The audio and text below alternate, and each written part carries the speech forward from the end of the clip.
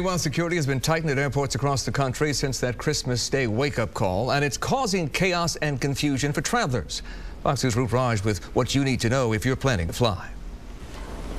Flying out of Metro Airport in many ways feels different. People getting to the airport earlier, meaning longer lines, especially in the morning.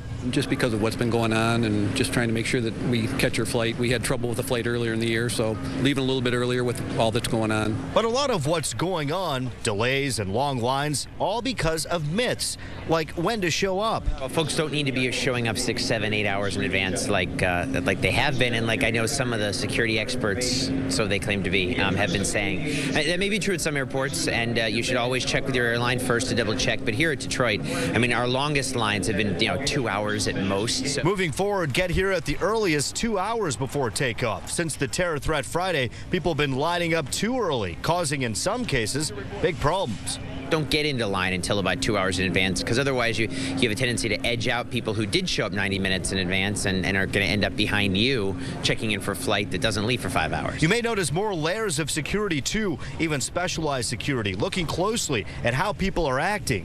People's behavior often can be very telling of their intent and what they're up to. And so a lot of times, if you're trained, you can detect just a nervous flyer from somebody who's nervous because they might be there to commit some sort of a fatal act of terrorism. Even with these provisions, moving through the security line itself should be like it was even before Christmas Day 2009.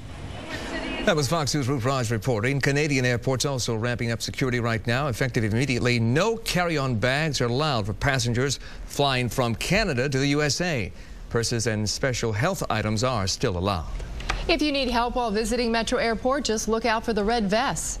This man is part of Detroit's Travelers in Society Airport Ambassador Program. The program has been around for years, but it's been especially helpful in the last 4 days since security was tightened following the Christmas Day terror scare.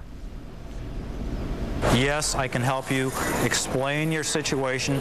We listen, find out exactly what their problem is. Not a lot has changed at the airport, but the perception is that a lot has changed, and so these volunteers have been really instrumental, especially here at our North Terminal, with helping to reassure people that they're on the right track. We're told keeping people calm is the ambassador's main role right now.